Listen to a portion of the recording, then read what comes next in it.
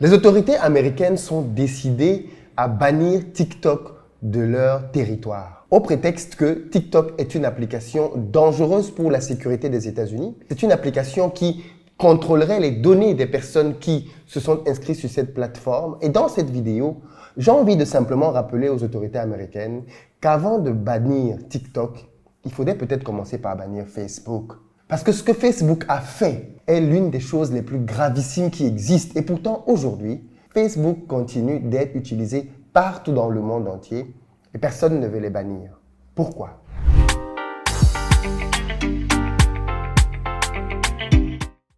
Salut à toi et bienvenue sur ma chaîne, moi c'est Philippe Simon. Ici on parle de business, de mindset, de gestion des finances parce que c'est grâce à tout ça qu'on va développer notre communauté. Donc si tu veux améliorer tes finances, tu es au très bon endroit. Tu t'abonnes, tu actives la cloche des notifications pour ne manquer aucune de nos vidéos. Et puis les amis, continuez de partager massivement les vidéos pour que la communauté grandisse. Si vous êtes en Côte d'Ivoire ou si vous arrivez prochainement à Abidjan, on met à votre disposition des véhicules pick-up SUV berline pour vous permettre d'avoir un séjour sécurisé, mais aussi un appartement très bien situé en plein centre d'Abidjan, notamment au Vallon, pour que vous puissiez là aussi être dans un cadre agréable. Et puis enfin, si vous voulez investir en Afrique dans le domaine de l'immobilier, vous nous contactez au numéro qui s'affiche parce qu'on met à votre disposition des maisons pour vous personnellement ou alors pour des investissements qui vont vous rapporter tous les mois des loyers. Ne tardez pas, il n'y a pas beaucoup de maisons. Si vous suivez l'actualité business dans le monde entier, alors vous êtes certainement au courant du fait que l'application TikTok est au cœur de beaucoup de préoccupations en Occident. Les leaders de ces préoccupations, ce sont les Américains. Aujourd'hui, le gouvernement américain accentue la pression sur TikTok en disant très clairement que TikTok soit est racheté par des Américains notamment ou alors est simplement et purement banni des États-Unis. Il faut savoir que les États-Unis sont un grand consommateur de TikTok et que bien évidemment, TikTok a tellement été présent, imprégné dans la population américaine qu'aujourd'hui, le métier favori que les jeunes veulent faire plus tard, c'est TikTok influencer. Les jeunes aux États-Unis rêvent d'être des influenceurs sur TikTok, alors même que des jeunes en Chine rêvent de devenir astronautes parce que la Chine a interdit TikTok sur son sol, a créé un équivalent qui diffuse du contenu intéressant, scientifique, technique, qui promeut la Chine patriotique et derrière, qui bâtit un mindset pour les jeunesses à venir. Mais à l'extérieur, ils ont créé TikTok, qui aujourd'hui est un peu considéré comme une poubelle intellectuelle sur laquelle, bien évidemment, il y a beaucoup de distractions et malheureusement, les Américains sont tombés dans le lot. L'une des premières choses que je veux simplement noter ici, c'est que est-ce que les Américains ne sont pas en train de reprocher à TikTok de faire ce que eux-mêmes, ils ont fait au reste du monde avec leurs propres applications?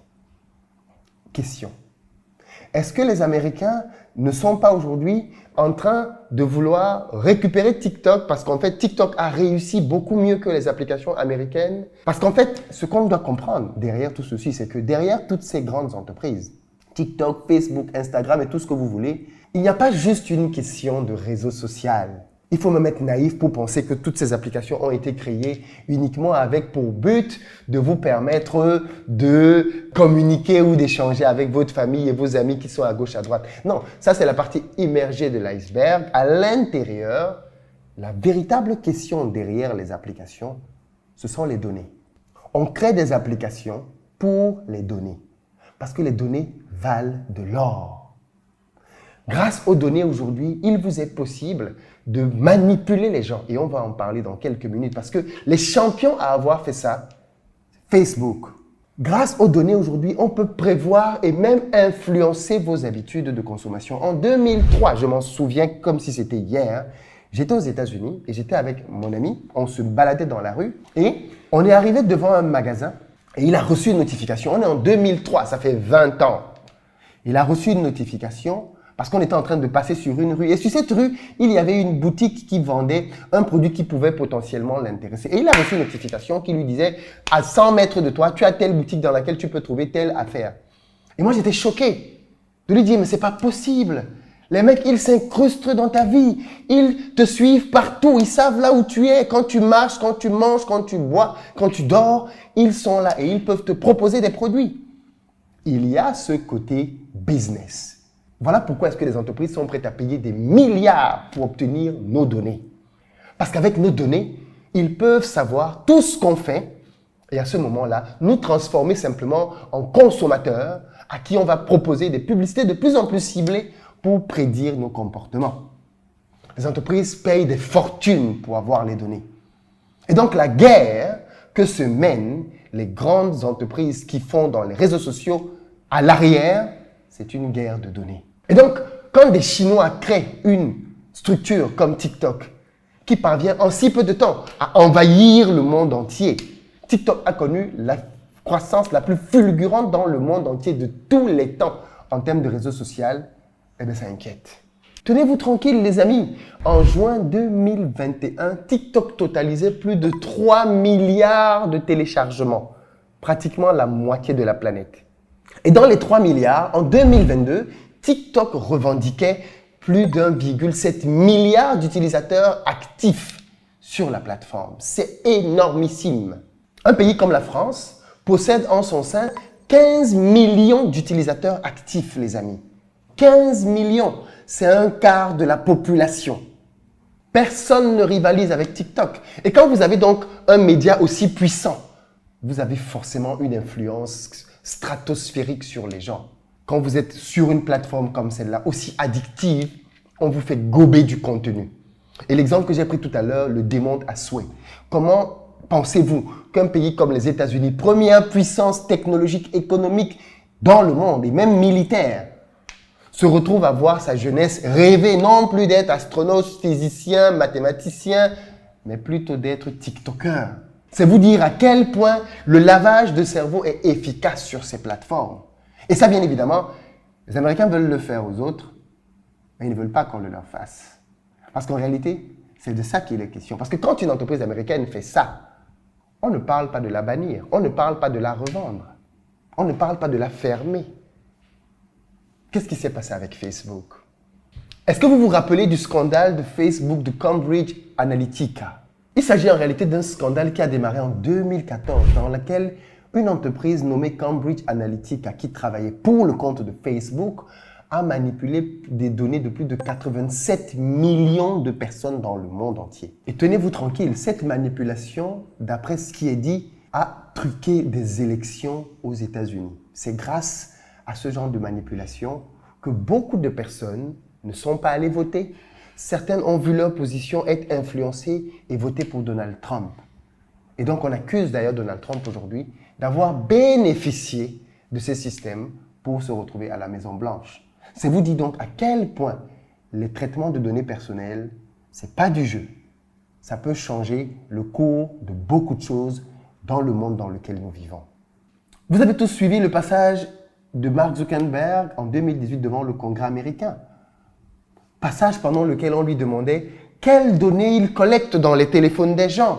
Que fait-il de ces données? Le monde entier avait été choqué de découvrir que Facebook espionnait les gens sans qu'ils ne le sachent, que Facebook collectait des données dont les gens n'avaient même pas conscience. C'est-à-dire le simple fait que tu aies Facebook dans ton téléphone signifiait que cette application pouvait aller prendre tous tes contacts.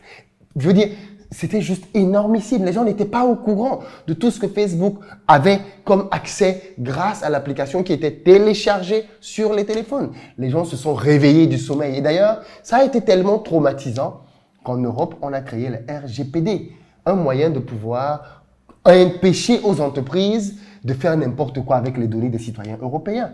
Et d'ailleurs, vous ne le savez peut-être pas, mais depuis que le RGPD existe, Facebook menace constamment les États européens de retirer toutes ces applications d'Europe parce qu'on ne lui permet plus de prendre les données des citoyens européens pour les vendre et pour les ramener en Amérique. La RGPD ne permet plus ça. Voilà donc où en est Facebook. Je rappelle que Facebook, c'est Instagram et WhatsApp. Aujourd'hui, ce n'est plus Facebook, c'est Meta.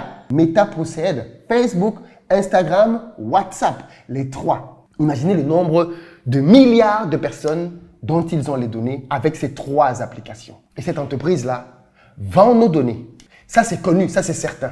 Attention, TikTok, ce n'est pas des anges. Loin de moi de dire que les Chinois ne veulent pas faire la même chose. Pas du tout. C'est du business. Ils veulent faire certainement la même chose. Mais aujourd'hui, on ne les a pas pris la main dans le sac. TikTok n'a pas été pris la main dans le sac. Et on est déjà en train de prendre des mesures draconiennes, plus draconiennes même que vis-à-vis de Facebook, dont on sait déjà qu'il est coupable. Il a braqué des gens, il a fait des crimes.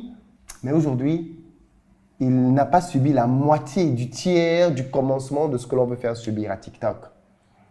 Pourquoi? Question. Les amis, le business change le monde. Ceux qui pensent que ce n'est que la politique qui change le monde, vous vous trompez lourdement. Et je pense que les nouvelles technologies sont un exemple patent de ce que grâce au business, ceux qui font les gros business vont changer le monde. Les gens qui sont derrière Facebook ont plus d'impact sur le monde entier que tous les présidents africains. Les gens qui sont derrière TikTok ont plus d'influence sur le monde entier que le président américain. Et pourtant, ce n'est qu'une entreprise. Lancer des business dans la technologie est quelque chose de très puissant. Je discute avec beaucoup d'entrepreneurs, vous le savez certainement. Certains d'entre eux ont créé des plateformes équivalentes à TikTok, Facebook pour les Africains. Et chaque fois que j'ai discuté avec eux, ils me l'ont très clairement dit. Philippe, on fait ça pour les données, parce qu'on veut avoir les données des Africains. On ne veut pas que ce soit des Américains et autres qui possèdent les données des Africains. C'est une question de données derrière, les amis. Ce n'est donc pas une question simplement de twerker. Ce n'est pas simplement une question de faire des pranks. Ça va beaucoup plus loin que ça. Et il est important que nous comprenions les enjeux pour ne pas nous battre en marge des véritables enjeux. Mon point ici, il est donc de dire qu'en réalité, si ce sont les données des Américains qui intéressent vraiment le gouvernement américain, il a dans son propre territoire le danger numéro 1 dans le monde. Il s'appelle Facebook, il s'appelle Instagram, il s'appelle WhatsApp. Qu'il aille d'abord chercher là-bas, qu'il aille d'abord réguler là-bas. Mais en réalité, les dirigeants américains ne veulent pas se séparer de TikTok, puisqu'il n'est pas question de bannir, il est question de racheter. Eux-mêmes, ils sont éblouis par les performances de TikTok et ils se disent non, ça doit être américain. Ça, c'est nous qui devons utiliser ça, c'est pas les Chinois. C'est nous qui devons utiliser l'affaire de TikTok-ci pour pouvoir bien prendre les données des gens. C'est nous qui devons avoir le contrôle sur cette affaire. C'est pas les Chinois qui doivent avoir ce contrôle. Et c'est en fait là que se déroule l'enjeu. On va pas bannir TikTok. Parce qu'ils sont trop avancés. On va essayer de racheter. On va mettre la pression. On va essayer de prendre des parts. Et aujourd'hui, bien évidemment, c'est là qu'est l'enjeu. Récupérer TikTok pour qu'ils deviennent américains. Vous voyez comment est-ce que les États-Unis font la promotion de leurs entrepreneurs? Parce qu'au final, ce n'est pas l'État américain qui va racheter TikTok. On veut pousser comme ça pour que ce soit racheté par des entrepreneurs américains. Mais c'est drôle parce que quand le dirigeant, le CEO de TikTok est passé devant le Congrès, il a rappelé qu'aujourd'hui, dans le board des gens qui possèdent TikTok, il y a déjà des Américains. Quand on regarde de près, en réalité, TikTok appartient à une entreprise qui s'appelle ByteDance. Et ByteDance est une entreprise qui est détenue par 5 personnes. Et dans ce board, il y a 3 Américains. Tout ceci pour simplement dire que le monde est détenu par des intérêts économiques. Et les Africains doivent bien en avoir. Tant que nous sommes... Est-ce que vous pensez que le gouvernement américain a raison de procéder ainsi? Est-ce que vous pensez que la Chine est derrière TikTok? Quelle est votre position? Dites-moi ça dans les commentaires. À très bientôt.